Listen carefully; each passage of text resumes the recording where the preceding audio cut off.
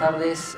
Mi nombre es Irú y como bien dijo Hernán anteriormente, somos los encargados de dirigir el estudio Oxygen. Yo en esta oportunidad les voy a hablar un poco más de lo que es efectos visuales, que lógicamente también utilizamos programas 3D y técnicas muy similares, solamente que también lo llevamos un poco a la parte de animación. También inclusive vamos a contarles esta parte de acá, que no es que quedó inconclusa, sino que lo vamos a mostrar en este trabajo y que también de alguna manera hace hincapié en esto de generar tecnología propia o software pequeño propio como para poder vender de otra manera productos propios y convencer tal vez al cliente y poder demostrarles cuál fue bien el trabajo que se hizo por detrás. Muchas veces nosotros nos contratan agencias y tal vez no es que no reconozcan el trabajo porque están en otro ámbito, pero es como que a veces no ven cuál es el trabajo que hay por detrás y eso también tiene una implicancia en el precio que se cobra, en el cual, como leímos hace muy poquito en una nota que hablaba Carlos Ortuondo de la Universidad de Morón, al que también le damos las gracias,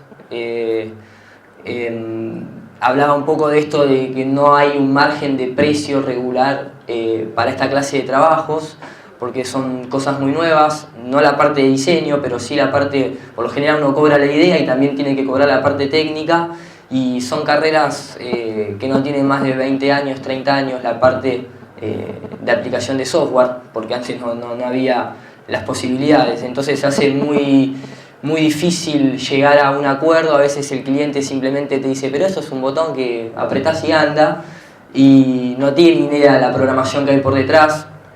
Entonces no está de más siempre pelearla un poco por el lado del desarrollo de ideas para luchar contra eso.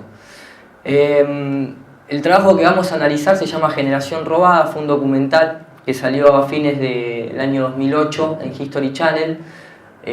La agencia que lo produjo se llama Magnetis, dirigida por Manfredo Wolf y Daniel Lage. Es un documental de 2 horas bastante fuerte porque toca el tema de las abuelas de Plaza de Mayo, y a nosotros nos habían llamado para generar la presentación y todo lo que es el paquete gráfico de identidad, de bastones, separadores, etc. Obviamente el trabajo más complejo estuvo en la presentación y que tenía también como dificultad el tema de lo que hablaba, ¿no? De las abuelas de Plaza de Mayo, que no fue algo que nosotros tal vez vivimos directamente, pero que todos hemos escuchado hablar, entonces nos pareció un tema bastante sensible y difícil de abordar. La historia la escribimos nosotros con Hernán, y Daniel Lage, más allá de todo, también es director, fue el creador de, por ejemplo, La Isla de los Wikis, un programa que pasaba en Canal 3 hace mucho tiempo. Así que la parte de filmación y de dirección es también compartida con él. Yo primero lo que voy a hacer es le voy a poner el paquete completo acá.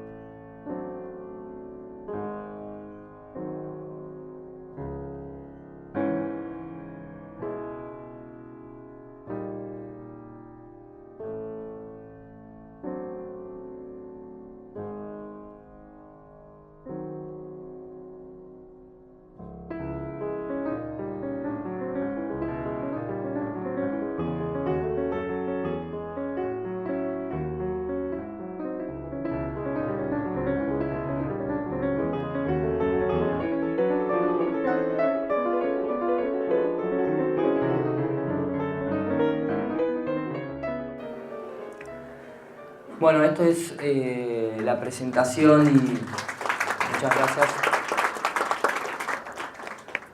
Y también lo que es el paquete gráfico.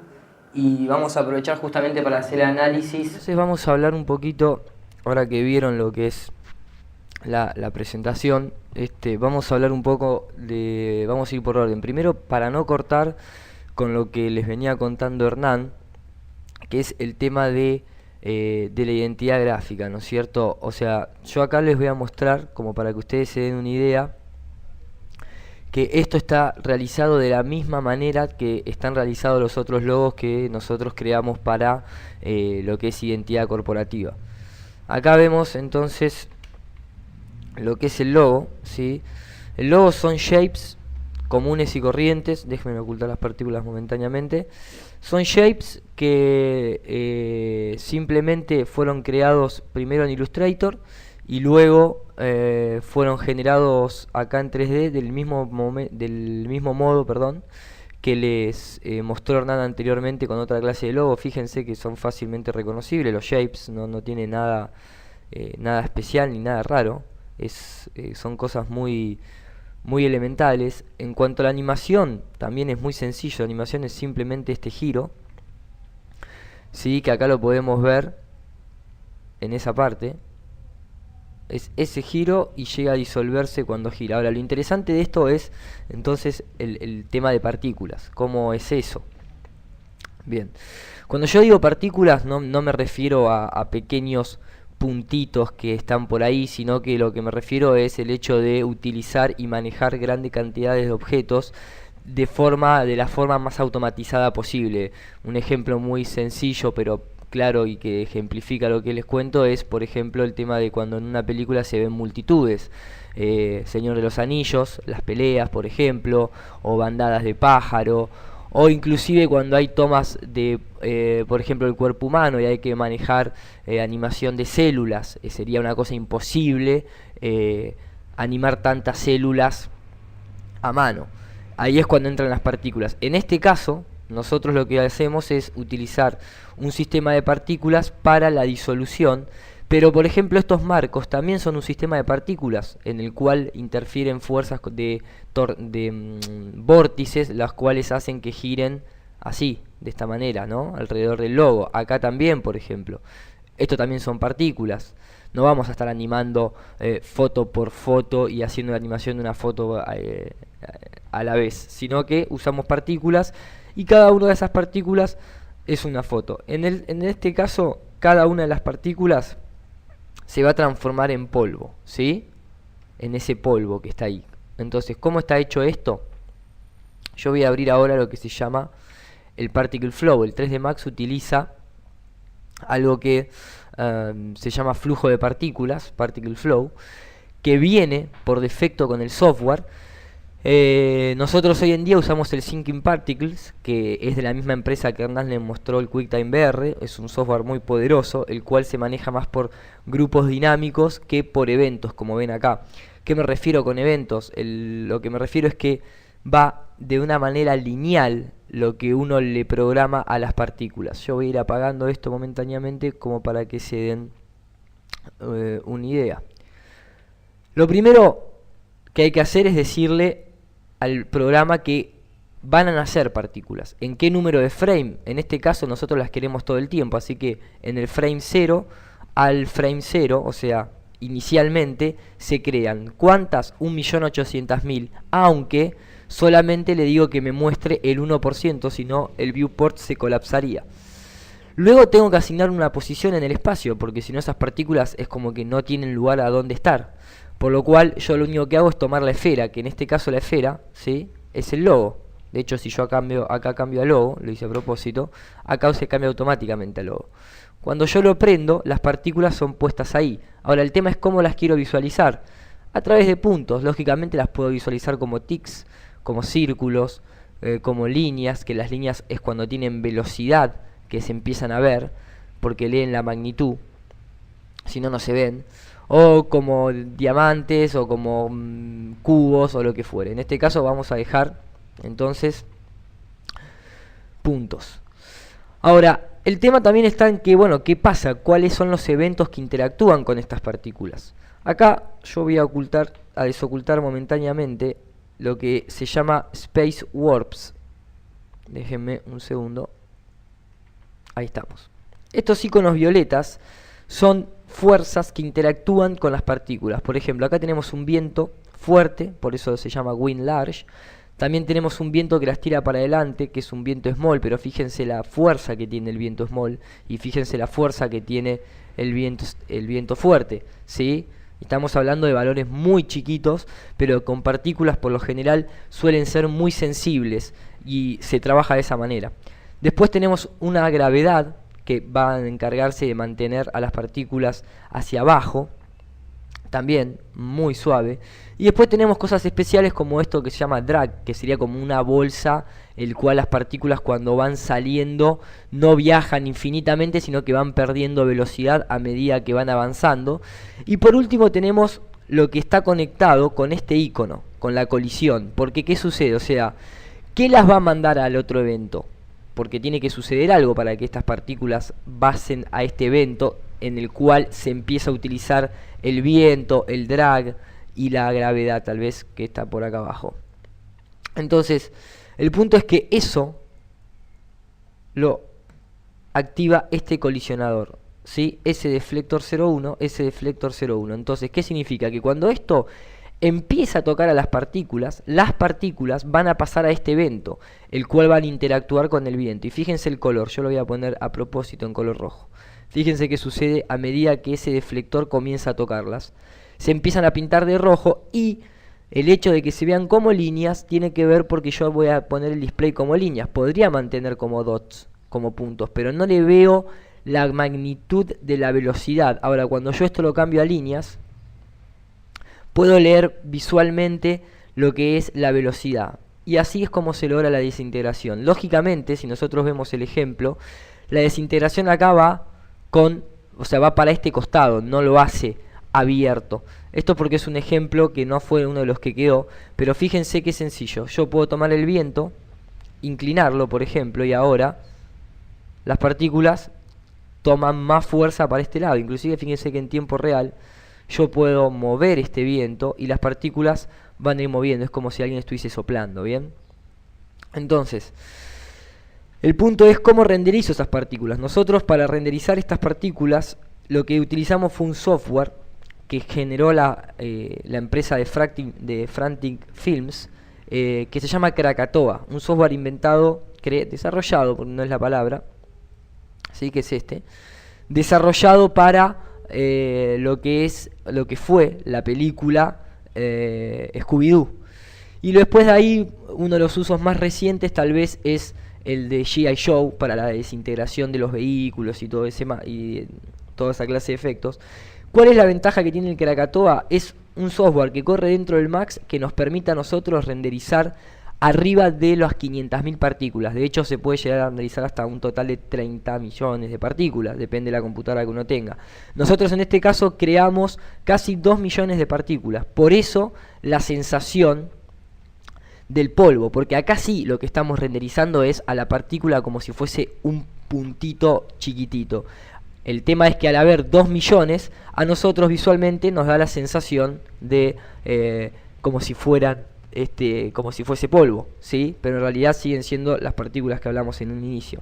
Ahora también, luego que esto tiene un trabajo de composición en un programa llamado After Effects, el cual une lo que está acá renderizado como polvo junto con lo que está renderizado como gráfica, ¿no es cierto? Son dos etapas distintas. Una cosa es la animación gráfica y otra cosa son la animación y el renderizado de efectos visuales. Entonces, inclusive acá nosotros nos topamos con cosas como complejidad. Fíjense que acá hay dos luces, ¿sí? Porque la versión que nosotros usamos en este momento de Krakatoa no soportaba mapear imágenes a las partículas, por eso no se pudo mapear el logo a las partículas, y lo que hicimos fue hacer como una especie de engaño, el cual esto es una luz que fíjense que tiene un color anaranjado y este tiene un color azulado, el cual todo lo que esté de frente va a tomar el tinte rojo y lo que esté por detrás el tinte azul. Entonces lo que ustedes van a ver cuál sería, para que tengan una idea, ¿no es cierto? O sea, este es el logo que se va fusionando, ¿sí? Y esta es la verdadera animación que sale cruda del 3D Max, en donde se ve un color amarronado por delante y un color azul por detrás. Eso es por un engaño de cuestiones de las luces. Esto es el efecto de partículas sin lo que llama motion blur y sin lo que es la composición, ¿no es cierto? Después de esto terminábamos obteniendo este logo, ¿no es cierto? Después está todo el tema de lo que es motion graphic en sí, en el cual lo que realizamos fue también a través de un sistema de partículas el hecho de poder navegar fotos de archivo. Luego esta escena quedó como un separador. En la presentación esto es de noche directamente. Acá quedó como, perdón, es de día y acá se transforma de noche y se usó como separador dentro de lo que es el programa. Después tenemos otras situaciones gráficas como por ejemplo lo que llaman bastones, pero fíjense que nuevamente acá esto es una animación que se le hace un plano en el cual se desintegra igual que el logo y aparecen estos marcos por detrás y luego aparece la gráfica de bastón en sí, y por último otro separador que usaban para ir al corte en el cual está generado con la misma ambientación, el logo, la cámara que se mueve un poquito hacia atrás, el piso que está sacado de la textura original de la presentación y las fotos que vuelan. Nosotros desarrollamos por ejemplo este simple reproductor en Flash que lo único que hace es reproducir dos FLVs al mismo tiempo y mediante una máscara móvil poder decidir cuál se ve y cuál no. ¿Para qué nos sirve esto? Por ejemplo acá en el laburo de generación robada, y ya les digo, voy a utilizarlo para ir haciendo el análisis como para que puedan ver, ¿no?, de qué se trató este trabajo.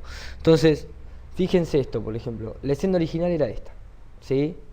Y acá empieza a estar la escena postproducida y retocada, en donde ya hay objetos en 3D netamente, donde hay reemplazos de fotografía, donde hay una corrección del lente, porque acá podemos ver la curva del lente gran angular con el que se filmó, que son pequeñas cositas que de alguna forma empiezan a dificultar el trabajo luego de traqueo.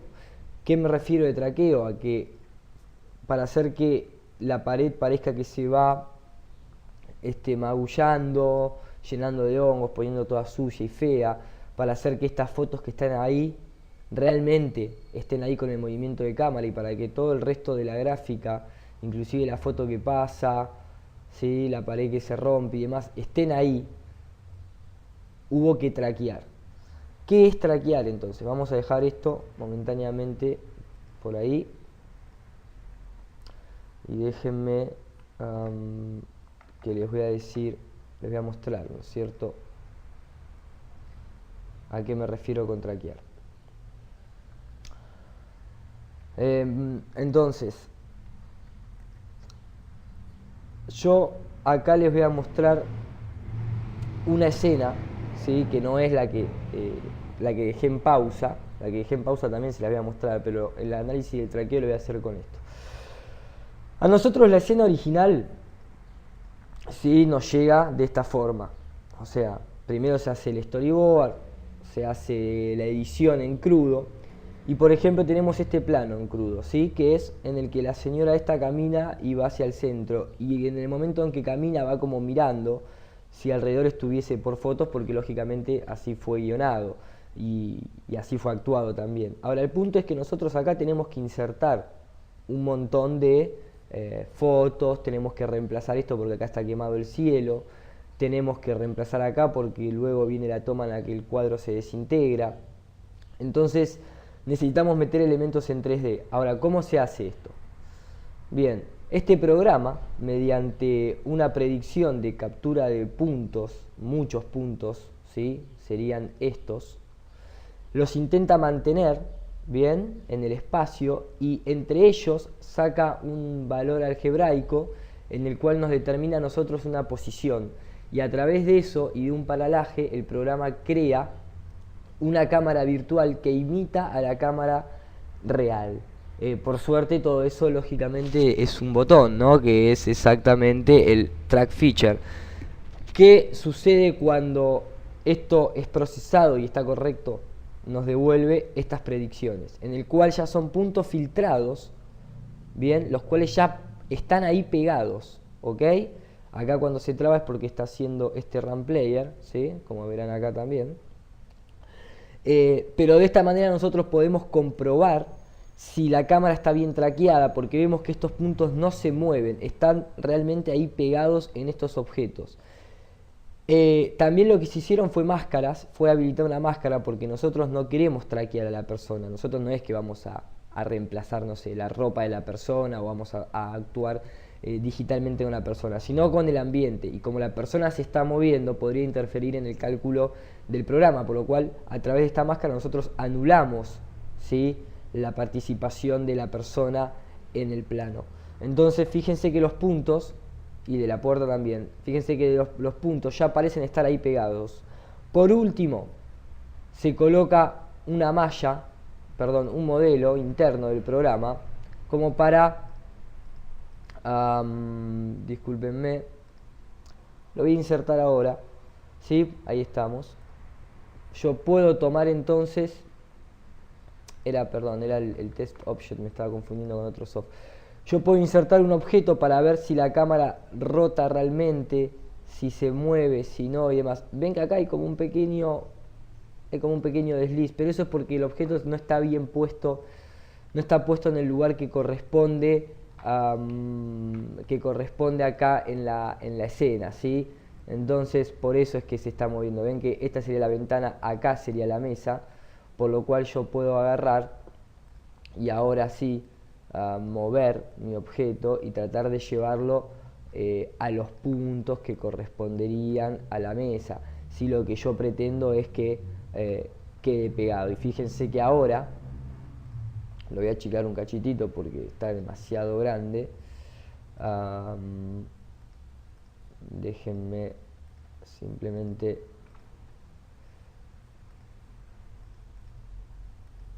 ahora sí, perdón. Entonces lo voy a achicar un poquitito y fíjense ahora que el objeto sí está pegado en la mesa y hoy sin embargo pareciera como que estuviese flotando. No es que estaba flotando, sino que como que estaba allá atrás por la calle. Entonces, una vez que tenemos esto, el programa nos deja exportar toda esta información al 3D Studio Max, en el cual lo que nosotros hacemos es modelar la escena, ¿sí? Con Santiago Massa, es nuestro modelador, modela la escena en base a referencias y planos muchas veces, modela una aproximación, un proxy, de los muebles y de las ubicaciones para que esto, que son partículas, las partículas manejadas de la misma manera en la cual manejamos las partículas anteriores, solamente que esta vez el flow empieza a ser un poco más complicado porque empiezan a interactuar con objetos, ¿sí? Pero tienen fuerzas como viento, tiene colisionadores, bueno, acá tiene una comprobación de velocidad para que cuando la persona pase y las empuja empiecen a frenarse, etcétera. Es otra cosa, pero en definitiva es prácticamente lo mismo, ¿bien? Entonces, fíjense, esas cosas violetas también son los deflectores como estaban en el sistema de partículas anteriores. El más grande, que es este, es el de la mujer, que lo que hace es ir empujando las fotos, pero fíjense que el movimiento de la cámara, ven que es el mismo, ¿sí? Y ahí queda, y ahí llegaría la persona. Entonces, lo que queda es esta situación en la cual, ¿sí?, la cámara se mueve y queda todo exactamente igual. Después viene la etapa de render, etcétera, etcétera, que eso lo vamos a ver más adelante. Ahora, continuando, ¿no?, con esta misma escena, lo que nosotros hicimos fue simplemente tomar, eso es el living, déjenme, creo que lo tengo por acá, este es el living, acá, y de paso la abro porque lo que le voy a mostrar ahora tiene que ver que es con el trabajo de textura. Fíjense que acá el movimiento de la cámara es el mismo, se hizo el mismo procedimiento, se traqueó, ¿sí?, se modeló la pared, se modeló el pasillo y lógicamente se texturizó. Esto es una animación proxy de lo que es la foto, y esto sería la parte en la que la pared se rompe, ¿bien? Ahora, ¿Cómo está hecho esto? ¿Cómo está integrado esto? Bien, vamos a mostrárselos. Este es el flujo, fíjense que cada vez empieza a ser un poquito más complejo. Este es el flujo de partículas de lo que sería las fotos que están flotando acá en el aire, ¿bien? Las cuales se ven allá a lo lejos, que se van simplemente moviendo, que serían estas de aquí atrás, ¿sí? Estas que están acá. Entonces, el punto es cómo se trabajó todas estas texturas y estas paredes. El modelado, lo que se hizo con el modelado básicamente fue lo siguiente. Al igual que en la parte anterior se modeló un proxy, ¿sí? De lo que es la habitación. Déjenme ocultar las partículas para que el viewport sea más rápido, ¿sí? Se modeló lo que es la habitación, ¿ok? Estas aberturas y demás son porque donde están insertadas las luces, muchas veces lo que hacemos es generar objetos como para que haya, ¿sí? Aquí están las luces, como para que generen sombras y proyecte la sombra de esta cuadriculada, por ejemplo, sobre esa pared y tenga más detalle. Bien, el tema del render después. Entonces, déjenme que habilito las sombras, justamente. ¿Ven? A lo que me refiero con el hecho de las sombras. Bien, entonces, justamente esa es la idea de el tema de las luces. Entonces, volviendo acá, luego lo que se hace es texturizar. Les voy a mostrar rápidamente cómo está texturizado esto. ¿Sí? Lo que se hace es texturizar esta pared, y para ello lo que hicimos fue simplemente, déjenme ir acá a texturas, creo que es la del hall, ¿sí? Bien, acá podemos tener, acá vemos, ¿sí? Las texturas de las paredes, cómo fueron hechas. Déjenme abrir la que va, que es esta. Bien, esto está sacado de referencia de las fotos del lugar. Se utilizó el mismo empapelado, se lo envejeció, se lo empezó a romper, se le generó ladrillos, etcétera. Se le generaron mapas de desplazamiento, mapas de bump, etcétera. Y lo que se hace es, déjenme ver si tenemos, esta es otra. Y lo que se hace lógicamente es luego en un programa que se llama ZBrush, bien, que lo tenemos aquí en el modeling. En un segundo, ahí lo está cargando. Luego aquí lo que tenemos es, por ejemplo, esa pared, ¿no? La que nosotros le acabamos de mostrar, en el cual fíjense que acá se le da todo el detalle como para que parezca lo más real posible. Pero ¿qué diferencia tiene este modelado con el respecto a otro? Es que este es como si fuese, todo esto como si fuese una arcilla, en el cual yo sencillamente puedo tomar y empezar a generar, ¿sí? Texturas a través de imágenes reales, y aplicarlas, ¿sí? Acá, como si esto fuese una masilla, yo estaría esculpiendo sobre la masilla. Entonces, generar esta clase de cosas a mano en un modelado tradicional llevaría mucho tiempo. Acá realmente se esculpen y quedan, ¿sí? Desplazadas, la geometría queda realmente desplazada de la pared, y es algo que es bastante práctico. Luego lo que se hace es, déjenme hacerlo rápidamente, si yo acá quisiera añadir esa hilera, ¿sí? Por ejemplo, y me gustaría, porque me gusta así, yo lo que hago después es venir aquí y crear lo que se llama un normal bump, ¿sí? Déjenme un segundo.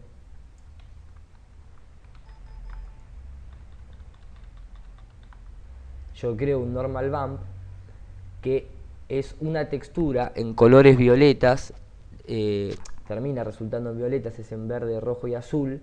La mezcla de estos da la sensación de unos violáceos, pero lo que genera es lo que se llama un mapa de normales, en el cual a través de los colores, como nosotros bien sabemos, en 3D los colores azules, rojos y verdes representan cada eje de una dimensión, hacia adelante, hacia atrás, hacia arriba, hacia abajo y hacia los costados. Entonces lo que nosotros hacemos mediante el mapa de desplazamiento es imitar a lo que sería, ¿sí?, estos colores y desplazar la geometría en base a un mapa en lugar de hacerlo manualmente. Entonces, volviendo al ZBrush, acá tengo mi mapa de desplazamiento, lo voy a clonar y para mostrárselos, crop and fill. ¿Ven? Aquí queda el mapa de normales, el cual esto luego el programa empieza a reemplazar hacia adelante lo que está en color verde, hacia atrás lo que está en color rojo, etcétera, etcétera. Por eso termina quedando como este color violáceo. Pero lo que nosotros hicimos con la pared fue trabajar de esta manera, luego aplicarlo aquí, ¿sí? Fíjense que acá dice normal bump y acá dice normal, ¿entienden? Entonces acá si yo busco esta textura, y acá vemos el normal bump, ¿bien?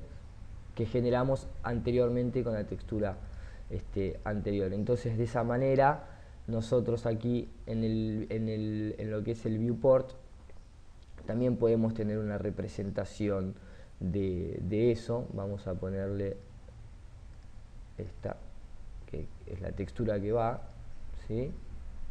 Entonces acá lo que nosotros vemos es esa textura y así se hizo todo el resto de la habitación directamente para que en el render quedara eso. Luego se animaron los objetos de lo que sería el estilo de la foto, se animaron los marcos, las partículas, etcétera, etcétera, etcétera. Pero básicamente este es el workflow que nosotros utilizamos para deformar la pared. Vamos a ver un poco lo que se hizo para lo que fue el nivel de las texturas con un poquito más de efectos, ¿sí? Vamos a hacer el análisis. Déjenme simplemente minimizar esto. Vamos al análisis entonces ahora de otra de las escenas. Bueno, fíjense que acá también lo mismo, ¿no? O sea, partículas en el aire, rotura de las paredes y demás. Y acá entra a esta escena, ¿bien? Que esta escena crudamente está así, y que acá pueden ver que arranca de una situación limpia, pero si la puerta se cierra y van a ver que se empieza a gretear todo, cuando en realidad la puerta nunca se cierra. Entonces, fíjense que acá la escena está totalmente vacía. Nosotros lo que hicimos fue recrear enteramente la escena en 3D, incluyendo la puerta y todo, traquear la cámara, porque dejamos el movimiento de cámara. Acá si ven pequeños desfasajes es porque como sigue estando el gran angular, luego nosotros tuvimos que empatar la imagen, ampliarla, etcétera, etcétera, como para que de alguna forma no se notara, ¿sí?, la deformidad del lente. Y fíjense que esto tiene, más allá de las fotos, tiene detalles, por ejemplo, del estilo de que el piso se va agrietando, como vieron en la parte anterior. Fíjense, nuevamente se los coloco. Fíjense ahí la parte del piso. Bien, cuando el piso está sano en realidad, y acá ya se empieza a ver cómo se agrietea. Bien, entonces, nuevamente, déjenme venir para este lado. ¿Cuál es la escena? Esta es la escena. ¿Qué se hizo acá? Fíjense el trabajo, acá se puede ver bien el trabajo que hizo Santiago, de modelado, bien, el cual se modeló toda la habitación, se modelaron las puertas, el techo, el cajón, las barandas, el piso roto, inclusive aquí también se hizo un sistema de partículas, que es el sistema para que se quiebre el piso. Ven que toma también otra pequeña complejidad, pero es muy similar. Todo siempre actúa por deflectores. Este es el deflector que va moviéndose, y a medida que va entrando lo que va haciendo, fíjense, esto es lo que sucede en la escena, ¿bien? Comienza a cerrarse la puerta, comienza a cerrarse esta puerta, ¿bien? Comienza a ajustarse todo. Y ahí va entrando el deflector y va levantando el piso junto con los objetos. Bien, no tiene nada demasiado complejo. Ahora, lo que también se hizo, aprovechando que se tenía todo modelado, fue hacer un mapa procedural, o sea, no un mapa pintado a mano, sino algo generado por computadora para hacer la transición de la escena real a la escena digital, que es este mapa en el cual todo comienza a comerse. Lógicamente va sincronizado y va coreografiado con lo que sería la escena, ¿no es cierto? Por eso es que va sucediendo de a poco. De esta manera nosotros usamos la transición para pasar de la escena real a la escena en 3D.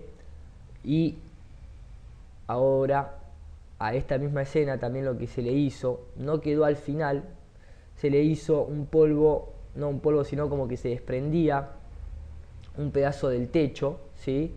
El cual lo que hacía era caerse, chocar eso, tirar también eso al piso y acá levantar todo el polvo, y la simulación del polvo sería esta, ¿sí? En la que cae y se levanta todo el polvo en la escena.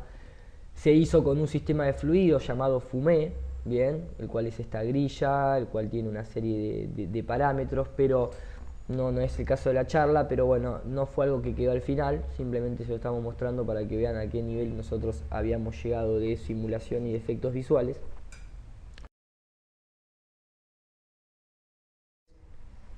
Vamos a analizar un poco lo que es la escena esta. Esta escena, fíjense que prácticamente no tiene nada, ¿sí? Digitalmente lo que fue, siempre se corrigió el lente, ¿no? Por eso este pequeño desfasaje. Se colocaron fotos por detrás como para continuar con el plano, se colocaron estos dos marcos, más este marco, más el retoque de color, etcétera, etcétera, que ahora lo vamos a ver, y lo que es la escena esta, que es esta desintegración, ¿no? Fíjense cómo inclusive se imitaron los reflejos y ese tipo de cosas que son bastante complejas. Y acá viene entonces la desintegración del marco, ¿bien? ¿Sí? ¿Cómo está hecho esto? Muy bien. Vamos entonces a lo que es el Particle Flow.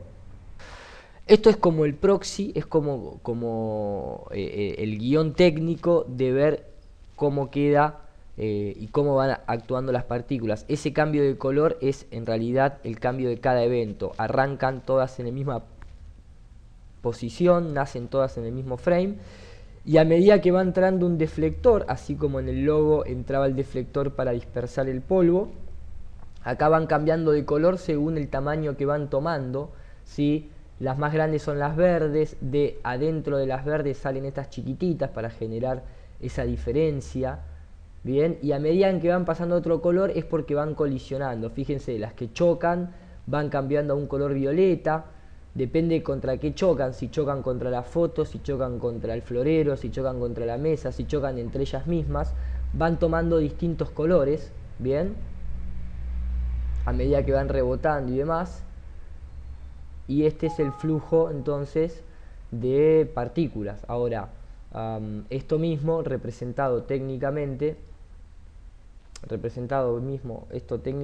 entonces tenemos este flujo que a primera vista les puede parecer un poco complejo, pero les repito que es algo más que nada, más que complejo, es llevadero, ¿sí? Hay que ir de a poco coreografiando las partículas, pero no es demasiado complejo. Yo acá dejé uno deshabilitado a propósito, como para mostrarles. Esta es la escena, primero navegamos rápidamente la escena, ya la teníamos modelada anteriormente, ¿sí? Esto inclusive son las fotos que luego se dispersaron en el ambiente para que queden flotando. Todas estas son las fuerzas que interactúan, son varias, lógicamente, pero así lo amerita esta escena. Esta es la foto que comienza a levantarse, ¿sí? Y se lleva puesto a todas las demás. Fíjense que la foto es bastante ancha porque es como para generarle un pequeño campo alrededor magnético que se lleva puesta a las otras partículas. Y si vamos a lo que son la geometría, a lo que es las partículas, nosotros en este caso, tal vez a diferencia de otro, ya empezamos a utilizar lo que se llama un script, el cual nosotros guionamos a través de programación el hecho de tomar al marco fracturado y situarlo como partículas. Entonces ahí empiezan naciendo las partículas, ¿sí? Acá se puede ver las partículas quebradas. Luego este deflector es el que envía, y a medida que va entrando en diagonal, ¿sí? Fíjense, ahí empieza a tocarlas. No es que desaparecen, sino que pasan a este evento, el cual es como un distribuidor, las cuales mandan unas a volar y otras a caer. Entonces, si yo empiezo a activar esto, van a ver que ciertas partículas, acá se está calculando, es lento porque son varias partículas, son bastantes, de hecho les diría, déjenme que vengo hacia acá atrás. Entonces yo poniendo esto, ustedes pueden ver que a medida que ese deflector va entrando, las partículas empiezan de a poquito a moverse y a empezar a flotar. Se va a hacer un poco pesado, no quiero aburrirlos con tiempo de espera, por eso fue que abrí anteriormente el archivo de video del QuickTime, como para poder que ustedes puedan visualizar todo lo que sucede acá, pero básicamente este es el resultado final.